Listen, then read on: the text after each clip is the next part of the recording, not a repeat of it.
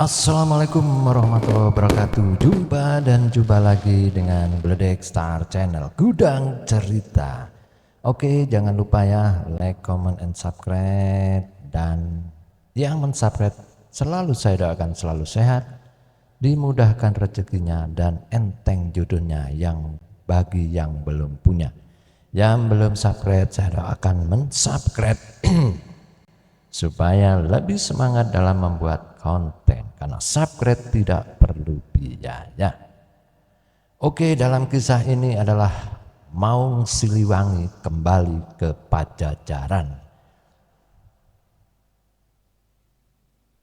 Pada suatu hari di tempat yang indah bumi Pajajaran, ada sebuah kerajaan yang sangat besar dan kerajanya yang sangat arif bijaksana, yaitu Prabu Siliwangi yang dari bumi Pajajaran, tanah Pasundan, tanah yang begitu makmur, subur, gemah limpah loh jinawi. Kisah ini dimulai dari tanah Pasundan, begal hutan yang ganas. Kereta kuda dengan ukiran kayu jati pilihan itu bergerak dengan cepat melintasi jalan pedati hutan gunung kunci Sumedang. Berkali-kali sang sais atau sang kusir melecut cambuknya cetar kepada dua ekor kuda yang menarik keretanya. Binatang malang itu sambil berbunyi meringkik-merintik dipaksa untuk berlari jauh lebih cepat dari biasanya.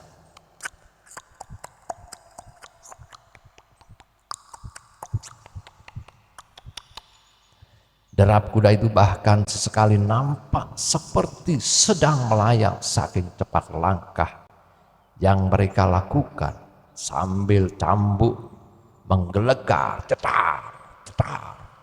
Sang kusir terus memacu untuk mempercepat kudanya. Nampak cemas keringat dingin bercucuran dari dahinya. Ia pun berkali-kali menoleh ke belakang, khawatir terlebih dengan keselamatan muatan di dalam kereta itu. Ia tidak boleh gagal mengemban amanat yang diberikan oleh sang Kandaka Lati meski nyawa taruhannya. Cetar. Sang kusir berteriak seakan menyemangati derap kaki kudanya.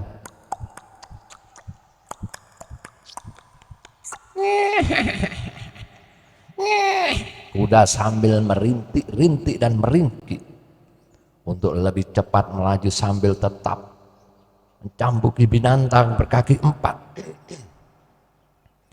Kedua kuda itu seperti mengerti keinginan tuannya. Mereka berlari dengan kecepatan maksimal dan suara angin pun menghembus dengan cepat.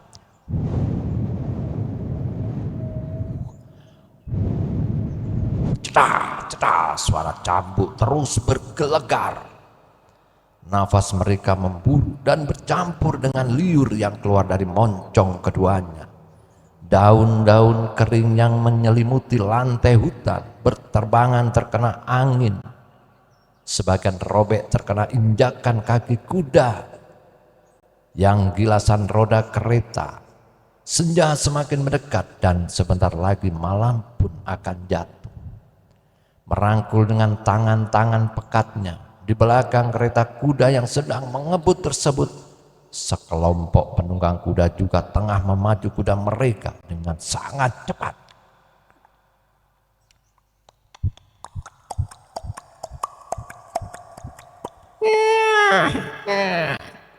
Mereka memang sedang mengejar kereta kuda yang ada di depannya. Sang kusir atau sang sais kereta menoleh sesaat ke arah para penunggang kuda di belakangnya. Keringat dingin dahinya semakin deras mengucur. Kalau ia sampai tersusul oleh mereka, maka tamatlah sudah. Ia harus memacu kuda ini agar terus melaju dan sampai ke tujuan, dan setidaknya tidak keluar dari hutan ini dan masuk ke dalam perkampungan. Meski itu para kuda ini harus meregang nyawa, karena kelelahan berlari. Ia tak peduli walaupun sebenarnya kedua kuda ini adalah hewan kesayangan yang sudah ia rawat sejak kecil dengan penuh perhatian.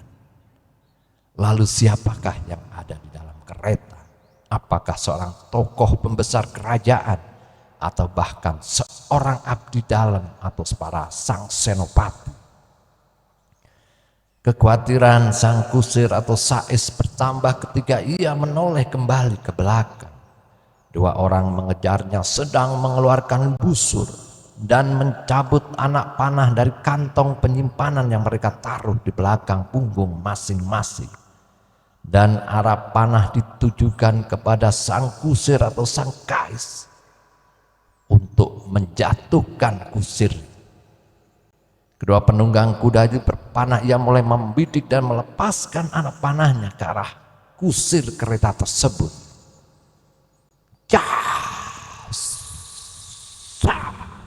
Lalu apa yang akan terjadi? Sebuah anak panah membelah angin mengincar leher sang Sais atau sang kuis atau sang kusir kereta. Sang Sais mencondongkan tubuhnya untuk menghindari anak panah yang melesat dengan kecepatan yang sangat cepat ke depan. Wajahnya sampai mencium pantat kuda yang tak terkendalikan. Untung kuda itu baru mengeluarkan kotoran sambil berjalan. Tapi upayanya tersebut berhasil membuat terlepas dari maut dan anak panah itu meleset tepat di depan matanya. Anak panah melintas begitu saja melewati kepalanya, sementara sebuah panah yang dilepaskan oleh sang penunggang kuda yang lainnya melesat dan menancap tepat di sebuah pohon. Sang kusir sambil mengeluarkan keringat dingin dan bergemetar masih tetap memacu kuda untuk mempercepat.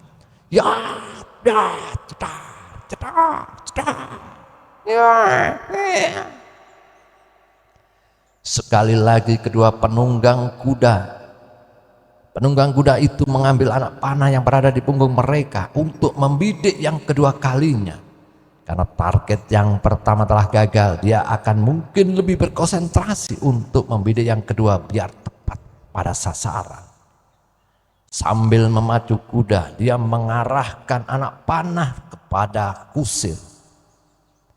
Target mereka yang terus bergerak dengan kecepatan tinggi, dan beliau melepaskan anak panah yang kedua, menancap tepat di pintu kereta. Sang kusir tersenyum, kedua penunggang kuda itu memanah dan yang mengejarnya sepertinya pemanah yang payah. Kamu tidak bisa mengenai aku, kecepatan kudaku lebih cepat. Kamu tidak mungkin bisa mengenai diriku. Sang kusir sambil ketawa karena ketakutannya, tapi dia masih bisa tertawa untuk menghancurkan mental sang penunggang kuda yang di belakangnya. Sebuah panah lain yang dilepaskan oleh penunggang kuda yang lainnya melesat melewati sang kusir. Sang kusir kuda di sebelah kanan yang dikendalikan oleh sang kusir meringkik menjerit kesakitan. Ampun, rasain lo, anak panah kuda meluncur dan mengenai dirimu. Rupanya sang penunggang kuda berkuda yang satu jauh lebih pintar dan sambil ketawa, akhirnya lu kena lu ya. Ia mengarahkan panahnya tepat ke kaki kuda yang lebih mudah untuk dibidik. Sang kuda yang kesakitan terus berlari meski kini dengan keadaan pincang dan mulai terseok-seok sambil merintih.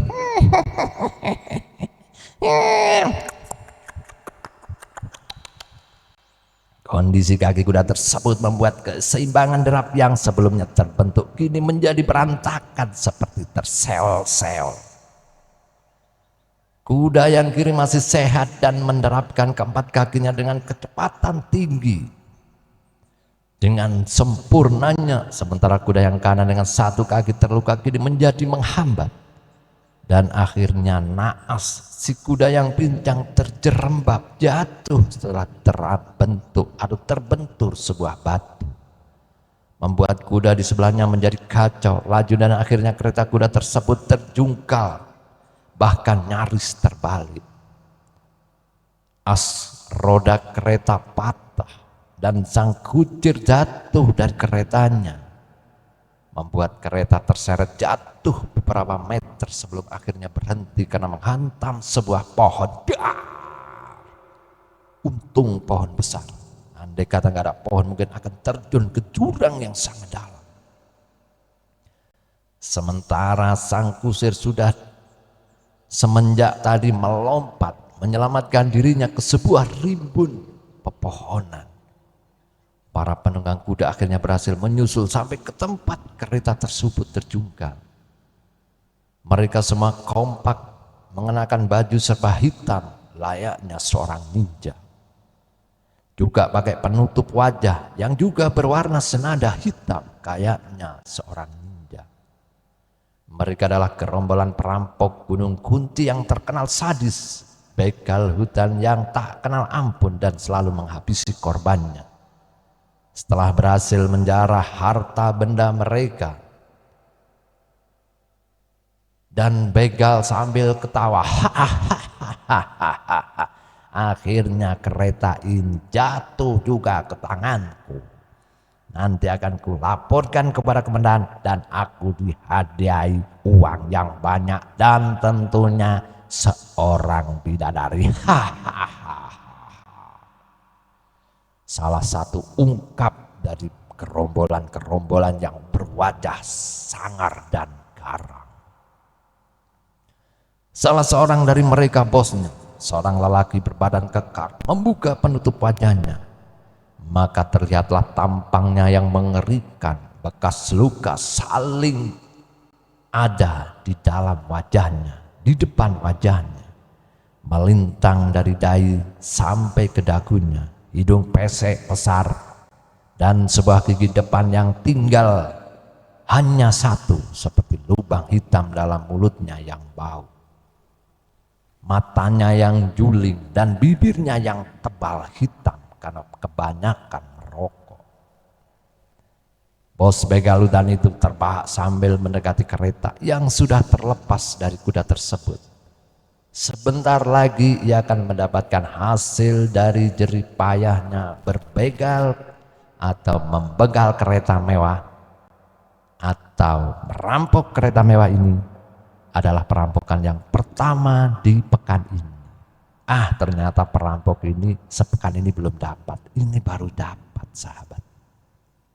Lalu apa yang akan ada di isi kereta itu?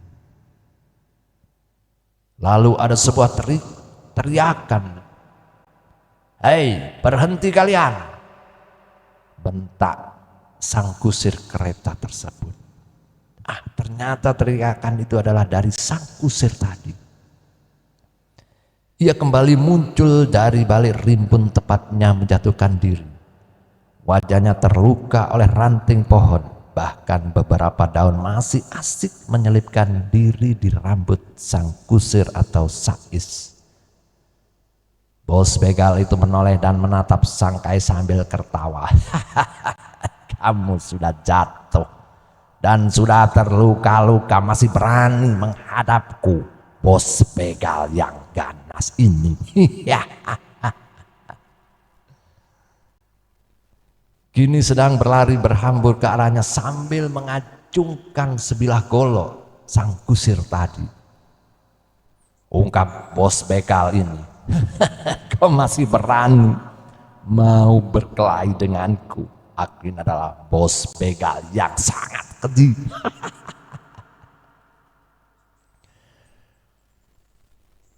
Dan sang kusir dengan melompat dan mengayunkan golok-goloknya dan ingin menghancurkan begal tadi,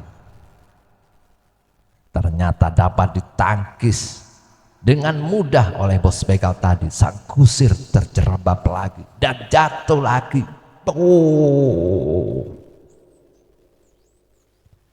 Dan masih lagi menghunus golok ke arahnya. Berarti muatan dalam kereta ini sangat berharga. Batin bos tadi, karena sang kusir ini membela dengan begitu semangat dan takut kereta atau isinya ini hilang dari kawalannya. 4 orang pengawal kereta ini sebelumnya telah mereka bunuh di tengah hutan tadi. Sang kusir kereta cepat tanggap dan segera kabur, tetapi gerombolan begal hutan kemudian mengejarnya sambil menunggang kuda. Mereka sampai ke tempat ini dan dapat melumpuhkan sang kusir.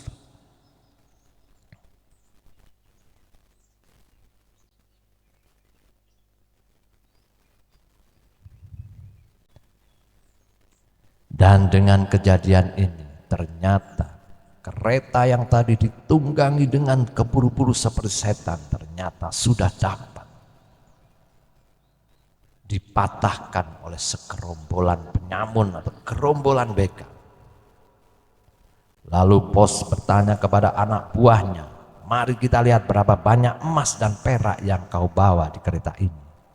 Ujar sang bos begal yang menghampiri kereta dengan langkah tegap, dengan mata berbinar-binar dan selalu memikirkan, "Aku akan jadi orang kaya dan aku bisa minum setiap hari dikelilingi bidadari-bidadari."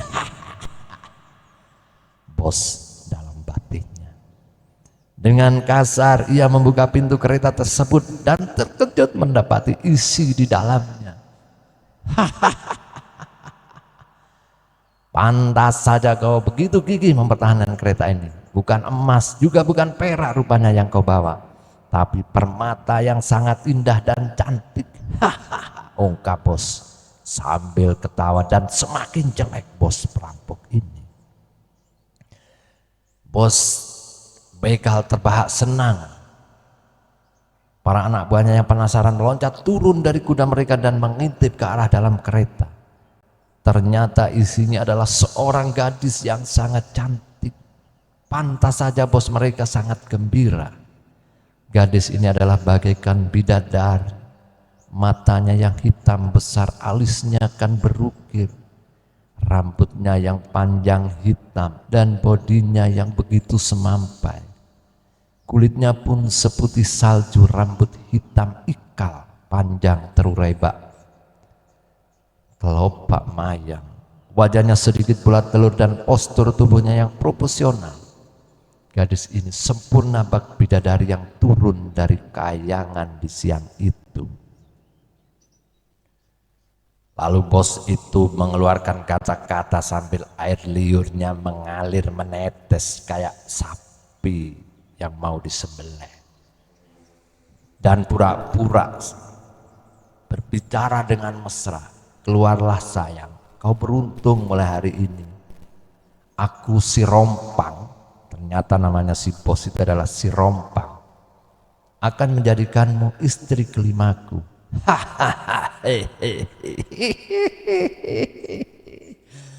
Sang bos begal ketawa, senang dan sedikit kasar menarik tangan gadis yang mungkin usianya masih remaja tersebut agar keluar dari dalam kereta kuda yang sudah hancur tersebut. Dan jantung si bos si Rompang berdebar dengan keras karena selama ini belum pernah menemukan gadis yang cantik seperti bidadari. Sang gadis mengkerut ketakutan. Ia tidak ingin menikah muda, apalagi dengan penjahat berwajah jelek seperti kambing ompong. "Wah, bos beruntung, sepertinya yang masih gadis suci," ungkap temannya yang ada di sebelahnya. Berusaha menjilat sang bos yang memang terkenal suka kawin cerai. "Hahaha, kau tenang saja. Nanti kau akan kukasih yang lebih baik, anak buahku. Ini bosmu si Rompang akan bahagia malam ini."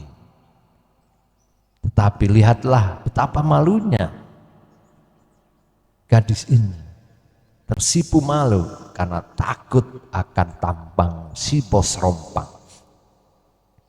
Yakin ia adalah harta yang paling indah dibandingkan berlian terbesar di Pajajaran ini, ujar si Rompang begal yang jelek itu. sambil menarik sang gadis agar semakin dekat dengan tubuhnya. "Kurang ajar, aku tidak sudi menjadi istri penjahat tengik seperti dirimu," maki gadis ini sambil menangis dan mengeluarkan air mata. "Jangan galak-galak seperti ini, manis. Kau belum tahu siapa aku, bukannya? Aku adalah si Rompang, si ganteng yang ada di hutan ini." Ternyata bos menghibur diri sendiri, si Rompang, padahal dia jelek, tapi dia masih ngaku untuk jadi orang ganteng. "Jadi istrikulah selama seminggu dan kau tidak akan mau lepas lagi dari pelukanku. Aku jamin, aku kan si bos Rompang." Si bos Rompang itu sambil ketawa karena kebahagiaannya menemukan permata yang indah. Oke sahabat, itu adalah perjalanan atau kisah di bumi Pajajaran. Apa yang akan terjadi dengan gadis yang begitu imut dan lucu dan cantik? Apakah dia anak seorang pembesar keraton atau seorang anak yang sangat dikagumi di keraton, adalah anak dari seorang pendekar? Apakah bos Rompang bisa menikmati keindahan? Apa sebaliknya? Yuk kita lanjut lagi di season berikutnya. Assalamualaikum warahmatullahi wabarakatuh.